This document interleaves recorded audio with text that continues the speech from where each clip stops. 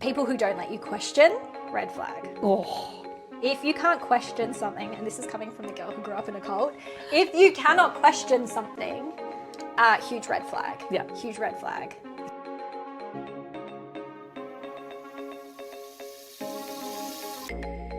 If you haven't seen, if you don't know, Courtney is the Mind School counsellor, my support coach. She's also the yin to my yang.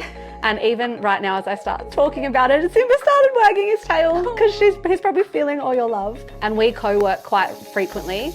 Obviously, both of us are coaches. We have our own coaching businesses. And so we thought this was a really cool thing to have a chat about. Different icks and ethics, I think, within the coaching industry, because it's something that we're quite passionate about. So I understand why some people have got a bit of that ick from the industry. I've been burned myself. I've dropped like almost hundreds of thousands of money that, you know, you didn't get what you thought you were going to get, whatever. There's so many different things, but I've also seen it change lives. Coaching has changed my life. I've seen it change hundreds of my students and our students' lives.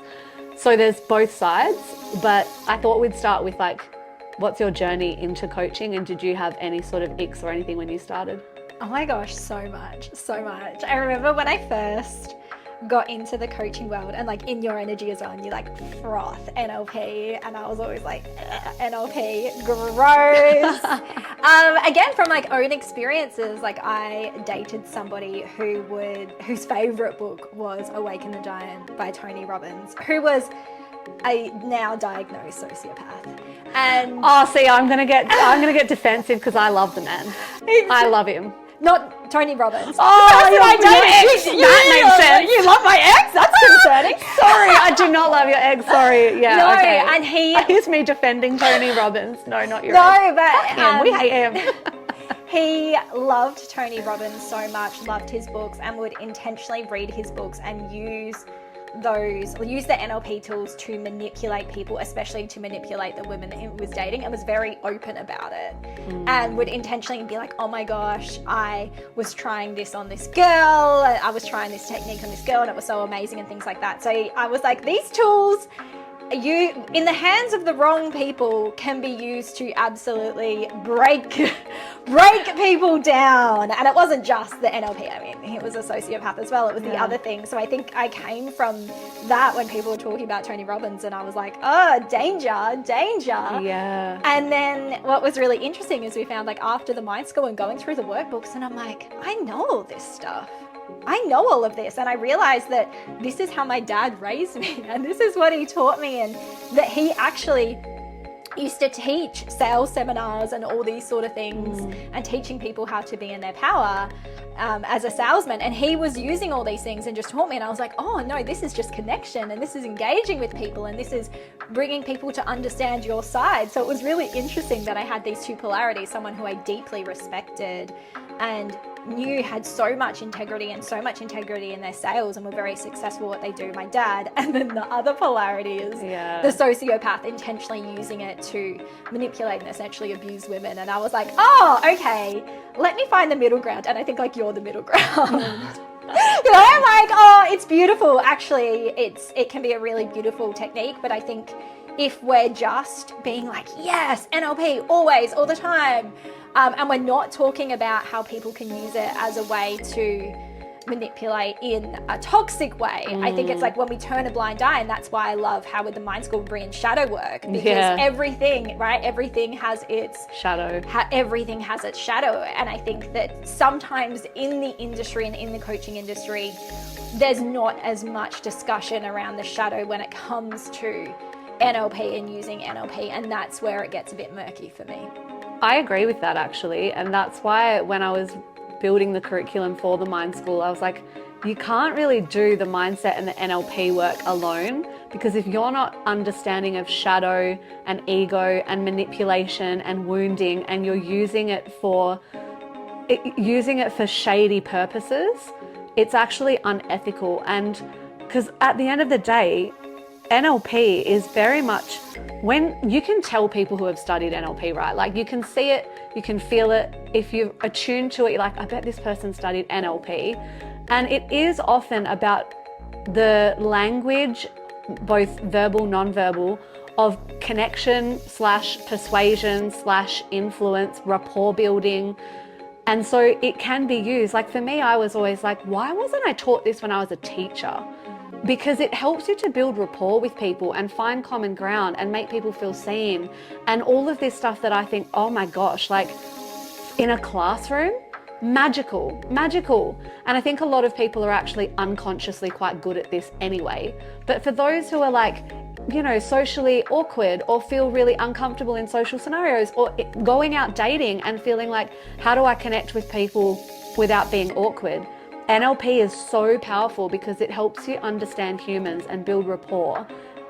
And it can be done in very ethical ways. But then there's, like you said, the way where it's like, it's actually just for pure manipulation. And I've heard it used on like sales calls as an example, where it's that full bro energy. And it's like, it almost turns into a little bit of like gaslighting. Yes. Have you seen that? Like, I've seen that, and I think that this is something that I'm so passionate about because I have seen that, and I've seen that happen to people that I know, and I've heard it talked about, and people who do get burnt by the coaching industry is they're like, they essentially say, like, I felt manipulated to financially invest in something that destabilized me because it was that they were using those NLP tactics to move people around their money concerns, but in a way that it's like when that person entered the container, they were then entering it with such a stressed out nervous system because, as we know, like, security is one of the human needs. You need security. Safety, safety. So they're entering it feeling so insecure because they're constantly stressed around money and finances while they're in there. And they're like, this has to have a financial payoff as quickly as possible because I can barely make ends meet. And if you're entering a container like that, where it's like, it's so fine, you're like, it's such an overstretch of your finances, I feel it's almost like impossible to learn and truly receive in that way because all your body is in. It's like in that fight and flight and freeze response. You're not actually taking anything. You can't learn. You can't learn, and you can't integrate either because you're just so on edge. And that's something that I've seen to be a bit of an ick with bringing NLP into sales calls, especially. Yeah. It's like, well, you can just NLP them around their financial hurdles. Reframe everything. Like, handle every objection. Sometimes it's actually not a fit. Sometimes it's a genuine. I actually remember my brother was on a sales call once and he was quite interested. Like, he was genuinely quite interested in this program. I know the guys studied NLP because I could hear it. And my brother was saying at the time, like, he was a uni student. He was actually a uni student and quite stretched, like doing a teaching degree of all things and you know, that means going on prac for 6, 8, 10 weeks at a time, working full time with little kids, not being paid that whole time. And yet he was also wanting to continue his personal development, blah, blah, blah. And on the sales call, when my brother sort of said, yep, I'm definitely keen, I want to do it. It's going to be not right now because I've got a prac coming up. It was like, oh, well, you don't want it bad enough, bro. And I was like, and he instantly, Travis was like, that pushed me away because actually I was ready. And then he went on this sales call, and I've heard this too. It's like, well, what about a credit card? Have you thought about a credit card? Have you thought about, you know, all these different things that they push back on, well, you don't want it bad enough. And it's like, is there some truth to that? Yes, I do believe the things that we want the most, we make happen. We just do. Yep. We find a way. But also, like you said, if it's pushing someone into dysregulation and they feel like they were manipulated, I love the quote, the way that you feel generating money is how you will feel receiving it. So for me, one of my personal things is like, I will never, ever push to the point where I feel like they're no longer in their power. I don't even I wouldn't push. If it's an objection, it's an objection. It's valid. It's actually valid. But if I feel icky generating the money, I'm going to feel gross making it. And I actually just don't want that feeling in my business ever. Yes, so true.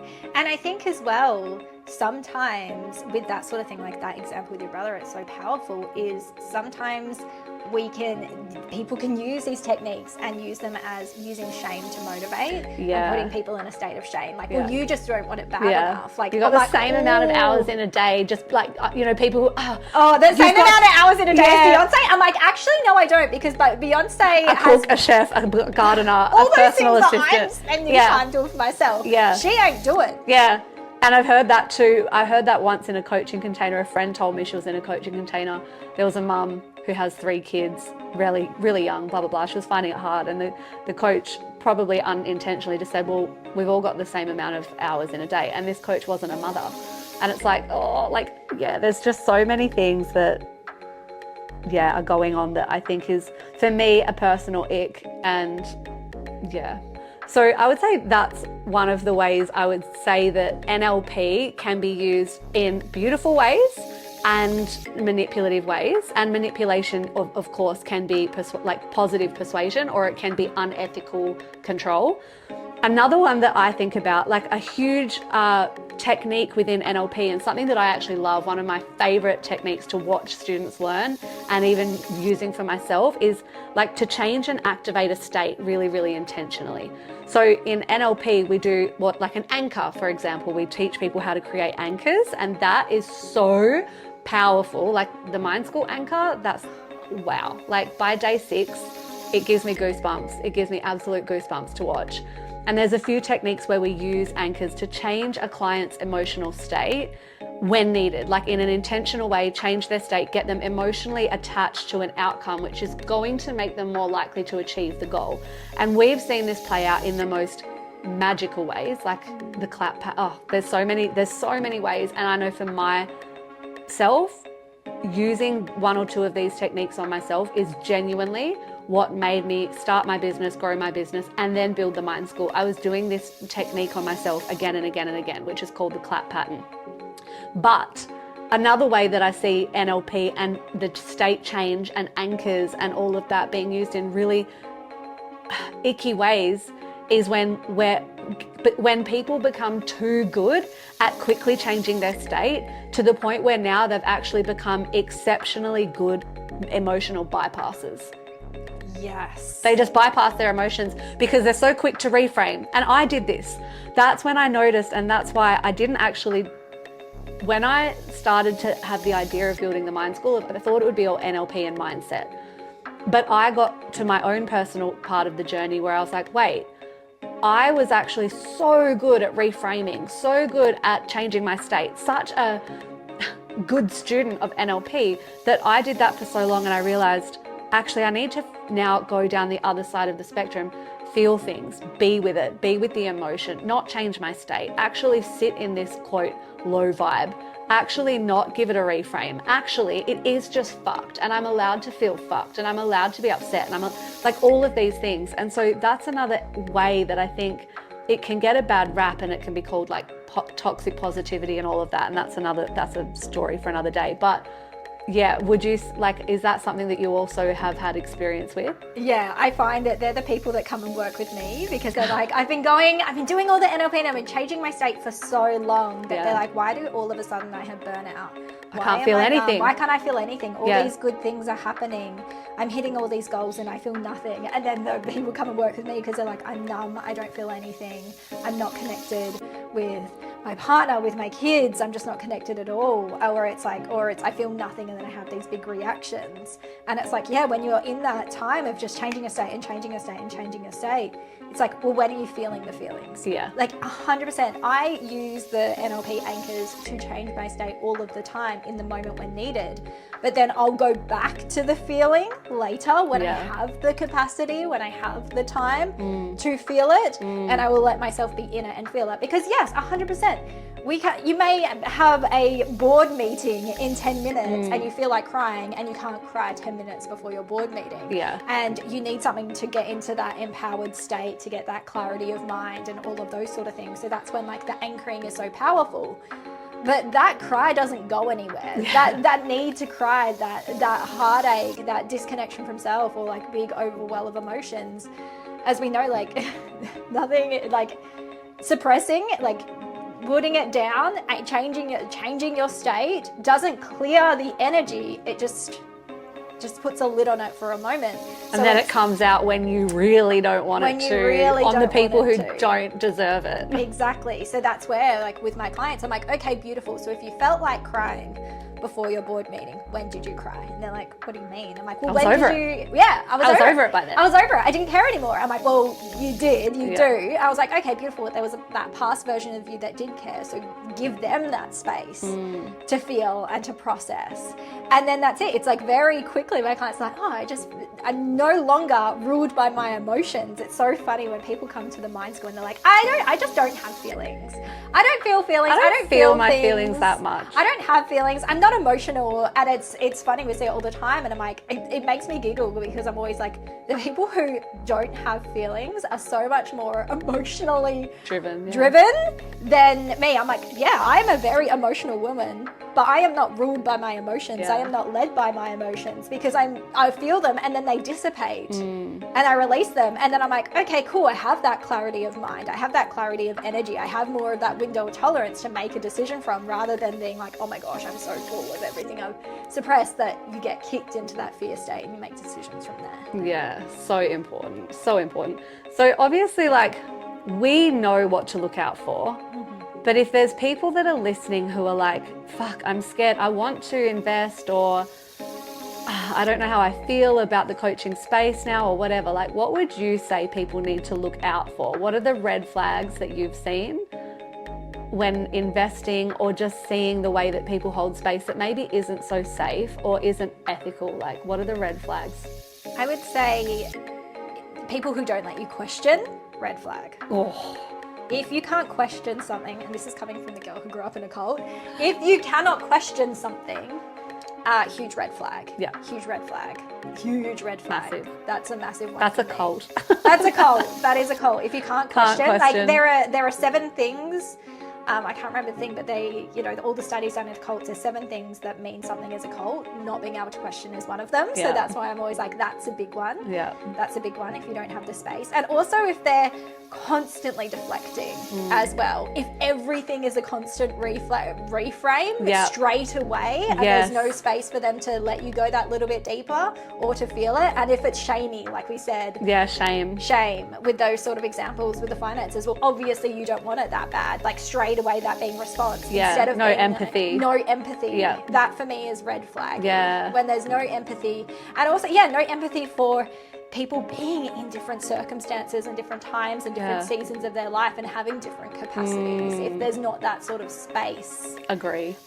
In the conversations, and it's just that sort of almost like dictatory energy, then I would just be aware, especially if you're somebody who is a little bit of a people pleaser and your trauma response is to fawn.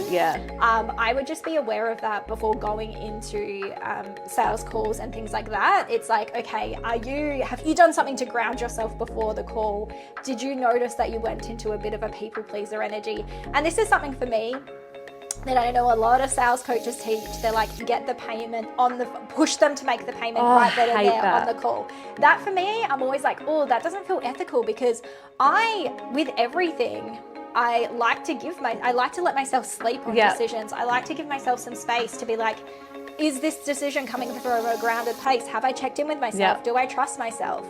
And when also, maybe I do want to have a chat to my husband. Have you heard, like, don't let them go chat to their husband, don't let them, and it's like, what? Like, maybe it is a family decision. Maybe I do want to chat this through. I get that. But that's the thing. My husband is like such a supporter of anything I do. Whenever I've been like, I want to do this course or anything like that, he's like, go for it. But with anything, we always talk everything through because we're making decisions as a family unit. And if this is something that is going to need extra support, especially mum case, okay, if the calls are not during school hours, then there are times that I'm either going to need a babysitter or I'm going to need my husband to be like, is there anything we have on that night? There are discussions that can be had. And the thing is like, I feel like my husband talks me into signing up to things. He talks me out of it. He does. I can vouch He's for like, that. If this is going to make you feel better about yourself and happy about yourself, go for it. Sometimes I'm like, I'll be talking myself out of it with being like, maybe I shouldn't invest in myself and stuff like that. And he's like, do it. Yeah, I've seen that. It's pretty cool. On the red flags, another thing that I've noticed, and again, like, I just feel like you see it so clearly once you've done and studied shadow work. Like shadow work, everyone comes to what we found is that people come to the mind school because they're like, I want to learn NLP, I want to learn mindset, blah, blah, blah. And they walk away going, actually, quote, I think it was a quote that we've got from Kelly. I came in for NLP and shadow work just slapped me in the fucking face. She's got the best accent. But like shadow work is what actually blows things apart because you can see shady shit going on. And for me, when I see almost this, the coach or the facilitator, the leader of the program actually pedestalizes themselves, like it's this real energy of like, you're lucky to be in my presence, or that real language. And of course, there's truth to that. You are lucky, that people are lucky to be in your presence, to be like learning from your wisdom and all of that.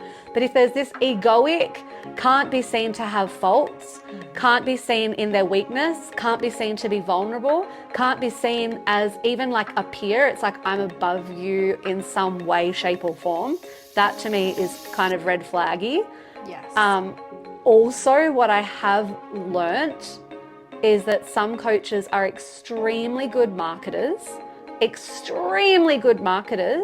but not necessarily skilled coaches.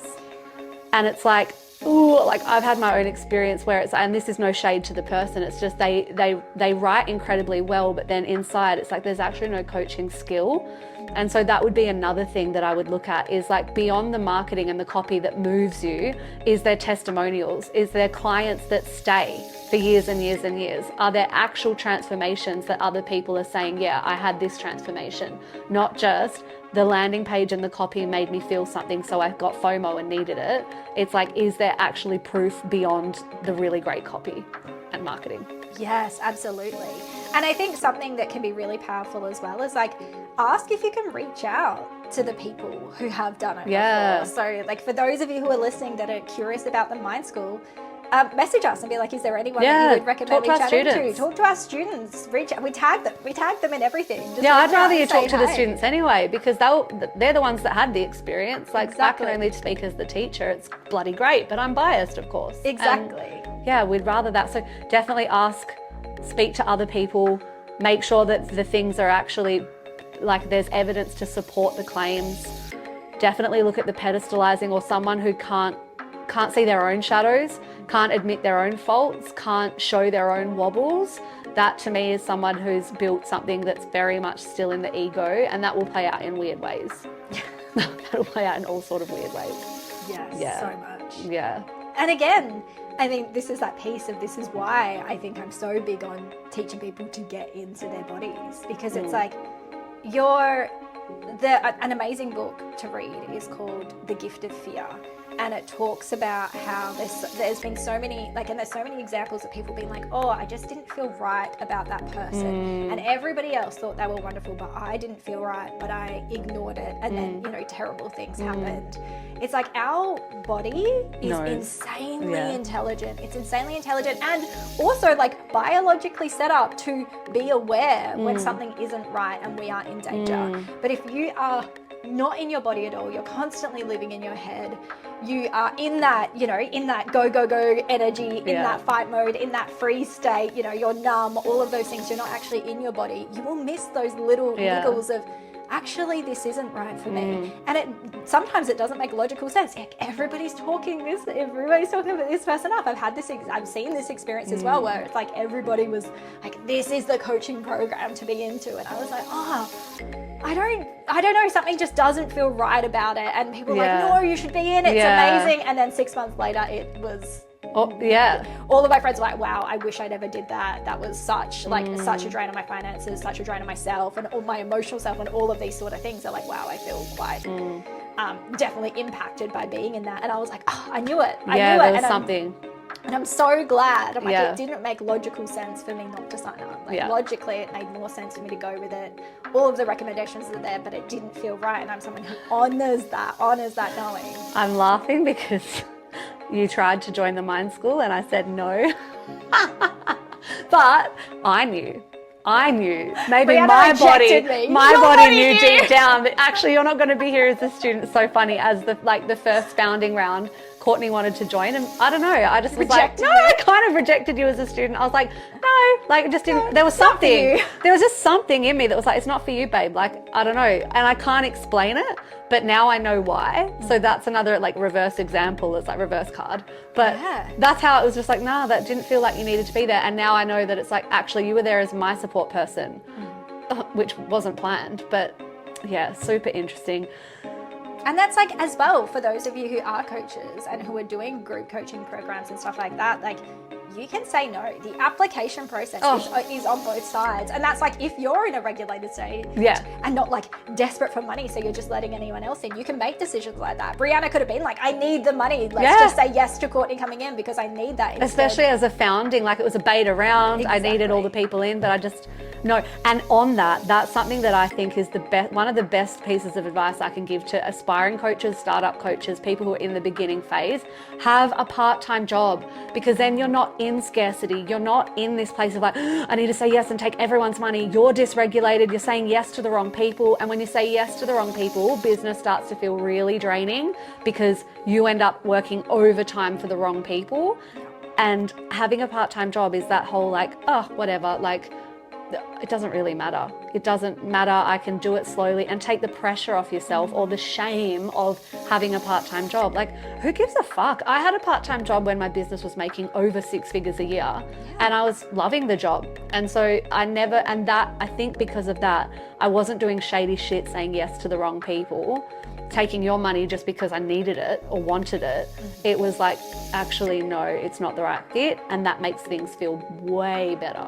Yes, and I think as well, it just shows that you are in that integrity. I mean, I think integrity is such a buzzword on the socials and in the content world, especially when it comes to coaches, you know, show up in your integrity. And it is sort of that piece of like, well, what does that actually mean for you? And with those examples of, you know, not just saying yes to everybody, even though there's that part of you that knows that it's not a fit and all of that, that is what, and I always think that integrity is not always something that is shown and can be seen. No. Like, it's more how you feel. You feel if somebody is in their integrity. Yeah. It's not necessarily the content that they're putting out or the things that they're saying. It's like, oh, how you feel when you're in their presence, when you're consuming their things, when you're reading their testimonies, when you're watching their testimonies, when you're talking to their clients and things like that. You're like, okay, no, I really feel this their person integrity is the embodiment of what they're teaching. 100%. Not just, you know, they've got ChatGPT to write something that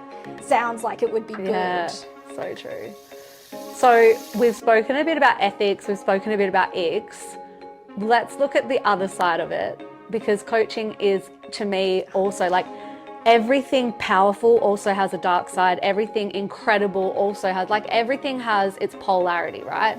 And so in the coaching industry, yes, there is some darkness. There are some people who have gotten into the space to manipulate, to make quick money. It's there. It definitely fucking is.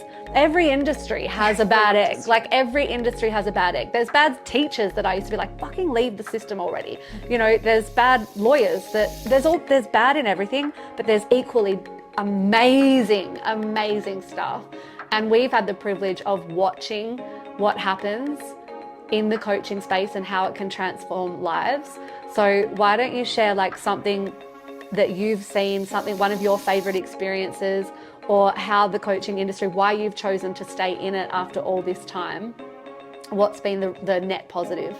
Oh my gosh, so much. I feel like I could talk for hours about this. And I think that something that I've seen, especially in my clients, is how people can go from feeling so disconnected from their kids, feeling so disconnected from their partner, and just like being like, is this really what life is? Is this really like what life is? Am I putting all of this effort and doing all of this work and I feel nothing, or I feel numb, or I feel disconnected, and I feel like it's impacting all the things what used to bring me joy. And it's interesting because coaching is just essentially bringing you back to your own power. That's what coaching is about. Yeah. It's just bringing you back to your own power. And I had a client just yesterday being like, oh, you just ask the questions that just get me. She's like, make me feel uncomfortable. Yeah. But she's like, they just get me there. They get me to that point where everything just clicks. And maybe things that I knew or things that I'd heard before but had never really lands in me so much that I actually start doing something about it. That I actually start making the changes and taking the action that changes things and shifts things. And I think that's how powerful coaching can be, is it can move you from being stuck and second guessing and doubting yourself and being like, is this really all life is, to in the matter of months, not even months. We've seen it in days. In days. Sometimes in one session, somebody can have that to the point where they're just like lit up, taking action, making changes. I think we see this every single round of the Mind School, which blows my mind, is people are starting to implement the things they're learning straight away. Yeah. They're at the Mind School and they're already like, my relationships are getting deeper. Supporting clients deeper. They're supporting clients. Yeah. They're like everything as well. It's all, the changes are already happening while they're still in the midst of it, while they're still there. And that's why I love the coaching industry so much. Yeah. Is because when you are in that sort of like ethicalness of being like, it's not about me as the coach. No. It's not about me. Hey, coaches, it's not about you. It's not about you. It's not about you. It is not about you. It's not about you. Yeah. It is about my clients always. Yeah. It's about them always and where they want to be and how they want to feel and the impact that they want to make and the connections that they want to have. And when you're grounded in that, then it's so beautiful because everything that you're doing and everything that you're asking is helping them trust themselves more. Yeah. I actually want to make myself redundant. Yeah. That's my intention always with every single you don't need me. Coaching program is I want to make myself redundant. I have clients that have been in containers with me for over 3 years, but they don't need me. No. It's just their space that they have once a fortnight or once a month that they're like, it's my space for me to just come back to myself. It's my space for me to reset, to riff on, to ask some of those deep questions, to get me thinking again, to get me in that mindset again, to get me looking at my life a little bit different, and then I go. But they can do that for themselves. And oftentimes, if I'm not available to them, they do. Yeah. But they want the space to be held, which is beautiful as well. But they don't need me. Yeah. And if you've built a business because you like to feel needed, and this is what unfortunately a lot of coaches do, they have created they're in the archetype essentially of like the wounded healer. And when you create a business off your desire to feel needed or important or special or popular, it's not coming from the most grounded place. Again, you've got to do shadow work to know what your stuff is. But I same what you said about clients and how quickly you can see them change. Like the net positive for me is like we've seen families come back together, babies born out of love after the Mind School when, marriages were on the brinks, clients who go and then get these $200,000 contracts because they finally had the confidence in themselves to go for it. And for me, I always think back to, if it weren't for my first coach,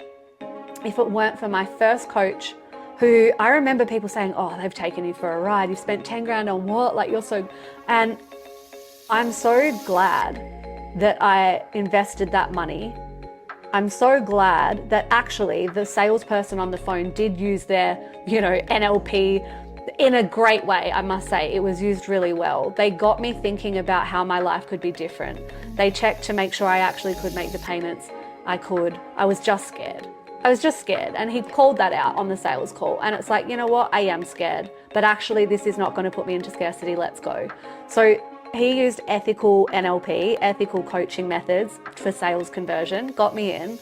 And I always think if I didn't invest in that coach, I think I'd still be in the classroom really fucking frustrated that I haven't done the thing that I want to do, that I'm not teaching the thing that I really want to teach. And because of that, other people wouldn't have had the transformations that they've had. And it was because of one coach. And it was sometimes just one thing that he said. It wasn't even anything groundbreaking. It was just this constant mantra that he'd always say that lives in my head now rent free. And honestly changed who I was from the cell, like my whole being changed from this one coach. And my life's different because of the coaching industry. I've seen hundreds of other coaches change lives, and my clients and your clients. And so There are so many beautiful things that come from the coaching space. It's just that it has to be a balance of ethics and integrity, I believe, for it to really land, feel good, and create a sustainable business too. Yes, absolutely. Yeah. And I think that's it. It's like part of that. Like that sustainability is building something on solid foundations. And when you're building something from that place of being in scarcity, it's not being built on solid foundations. And again, that comes back to like the pushing people with their financial things. Like sometimes that's it. With clients, it's like, oh, you're just scared. Actually, it's not going to put you in a state of feeling deeply unsafe. Yeah. Because you can't pay for your food or your rent or whatever it is. Actually, you're just a little bit scared. That's so different to have those conversations and to again be asking the right questions, asking the powerful questions that are getting people to that state of realizing, oh, like you did, oh, actually, okay, I can actually afford this. I just need to boss up. Need to boss up. And so I feel like we could talk about this forever, and I feel like we might actually do some mini series. Yeah. We've been talking about potentially doing like, I don't know, like a coaching 10-minute thing on a Monday or something. So we're thinking about that. As you can see, this is all very new. And we've had to hit stop, and the mics have fucked up many times, but we've done it. And I think this will be an ongoing thing, especially for people in the coaching space, in the personal development industry, and in leadership roles. There's so much we can speak on. So much. To wrap up, we are currently enrolling the Mind School for the next round of Perth, which is happening June 22nd to 27th. We've got some legends that are joining already. Is there anything that you would say to anyone who wants to know about the Mind School? One of the main questions I get is, do I need to be a coach? And that's something that I'll let you riff on because you've seen every single round now. Yeah, no. The answer is no. The answer is no. You don't need to be a coach, because I think it's like such a piece on leadership, and these tools that you learn at the Mind School and the transformations that happen. I mean, not even everyone that has done the Mind School so far has been a coach, but it's just being able to understand yourself and understand others at a deeper level, and to be able to ask powerful questions, to hold space for people to have those powerful moments, to make changes, to take action in their lives for themselves and for their kids. It's one of those things that I know it sounds, reach out to the people who have done the Mind School, because you might be like, you run it, you're biased. But really, there's a reason why this needs to be everywhere. But like, this needs to be in the corporate space, this needs to be in schools, this needs to be a part of the parenting process and all this sort of thing, because it is just essentially helping people just understand themselves better, be able to lead themselves and lead others in a powerful, ethical way. Ethical underline highlight. Yeah, exactly. Yeah. So if you are interested in joining the Mind School, we do NLP. We do NLP in a very Breanna focused way. Like, we've heard a lot of feedback from people who have already done their NLP training and then come to the Mind School after. What they love and what they highlight as the main difference is it's not a prescription where you have to follow a script and it has to be this way. I teach principles so that you can apply it with blending shadow work and emotional intelligence, emotional embodiment, and doing it in very ethical ways, because we need both sides of the coaching toolkit to be able to really get long-lasting transformation. So even if you've already done NLP or you're interested in NLP, I think coming to the Mind School is so much different for sure than other programs. Also, being in person, it's the best 6 days. I'm already counting down till June. But yeah, if you're interested in NLP, shadow work, emotional embodiment, the things that we spoke about today, and how to run a business that feels ethical and grounded and sustainable and doesn't give you the ick. We've both done it. We've built very successful businesses without us having the ick or doing any of these tactics that we don't feel comfortable with. And we want you to do the same. So the coaching industry is the greatest gift of my life. It changed my life. It's just the best thing. It gives me this lifestyle that I have, which I love so much. I mean, it's a Thursday and I've been at the beach, I've been at the gym, and now here I am. And you can build any kind of life, and you can help so many people in the process. So if you're interested, we'll put all the links in the show notes and in the descriptions if you're watching on YouTube. If you've made it this far, thank you so much. And yeah, we'll probably be back here in the next few weeks, I reckon. Yeah, I can't wait. And that's it. We'll put a link. You can have a chat with me. You can pick my brain. You can ask all the questions you want. I'm definitely not I have no aversion to questions being asked. No, ask the questions. We don't do sales calls like most people do sales calls. It's Courtney having a yarn. Courtney has chats and then she's like, I love that person. And I'm like, oh, that's so good. It's just the best. So yeah, reach out if you're interested. We can't wait to have you. And we'll be back here probably next, I don't know, month, I reckon. Yeah, we'll chat soon. Thanks.